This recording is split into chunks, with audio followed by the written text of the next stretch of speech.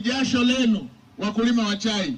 Aliwaahidi alipopita hapa kwamba fedha hizo zitatoka mara moja, na hivi tunavyoongea na ninyi wenyewe mmethibitisha, na naibu waziri amethibitisha kwamba fedha hizo zote zimekwisha kulipwa. Huyo ndio Dr. Samia akisema anatenda. Lakini sio hilo tu, mmeelezewa kuhusu parking ya parachichi pamoja na soko la ndizi. Tayari na lenyewe utekelezaji wake umeanza. Lakini sio hiyo tu, kama ambavyo naibu waziri amewaambia hapa kuhusu vituo vya afya pamoja na shule zilizojengwa, amewatajia shule pamoja na vituo vya afya vilivyojengwa hapa kwa Kiwira, kwa Rungwe na kwa mkoa wa Mbeya. Lakini hiyo ni kazi ambayo imefanyika kwa nchi nzima. Ukienda kwa nchi nzima, Daktari Samia Suluhu Hassan alikuta kuna wilaya 119 hazina hospitali. Ndani ya miaka minne zote zile zilishajengwa, na zilipokuwa zimejengwa sambamba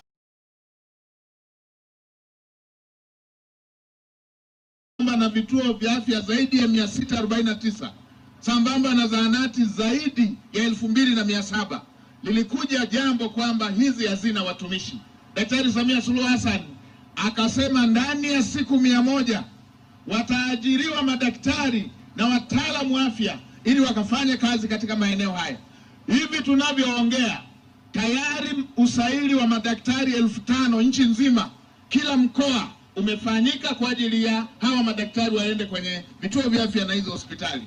Ifikapo Januari 10, wataalamu hawa wa afya watakuwa kwenye hospitali zetu, watakuwa kwenye hivyo vituo vya afya.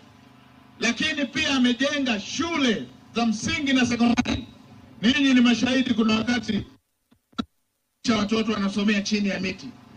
Tunaziona picha kwenye madarasa, watoto wakiwa wamegawana mbao, wengine huku darasa lingine, kwenye darasa ubao upande mwingine, hilo ubao. Akajenga madarasa 1079 na shule za sekondari 1300, shule za msingi zaidi ya 2700, na akasema ndani ya siku 100 walimu wataajiriwa, wakiwemo walimu wa sayansi na hesabu. Hivi tunavyoongea tangu tarehe 10 Disemba usaili umeendelea mikoa yote, na ifikapo Januari 10 madaktari 5000 watakuwa kwenye vituo vyetu vya afya na walimu 7000 watakuwa kwenye hizo shule zetu, wakiwemo hawa sayansi na hesabu ambao walikuwa wanapungua. Haya ni sehemu tu, yapo na mengine ambayo yanaendelea, ambayo yanatakiwa yafanyike ndani ya siku 100, na yale ambayo yametajwa kwenye ilani, ikiwemo hizi barabara tulizozisema, yakiwemo masuala ya afya, yakiwemo masuala ya maji kama ambavyo tumetoka kuelezewa hapa, pamoja na sekta zingine. Rai yangu kwenu wana Kiwira, ili haya mambo yote yafanyike, haya yote tunayoyasema, ili haya mambo yote yafanyike, ni lazima mambo mawili yafanyike. Moja, lazima nidhamu ya kazi iwe ya hali ya juu. Lazima nidhamu ya kazi iwe ya hali ya juu. Na maeneo yote ninakopita na yasema haya.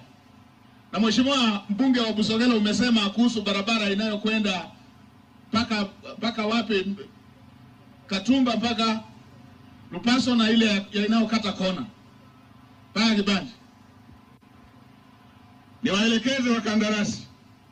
Nilisema juzi Mbinga, nimesema juzi Songwe, nasema na hapa. Wameshapokea fedha.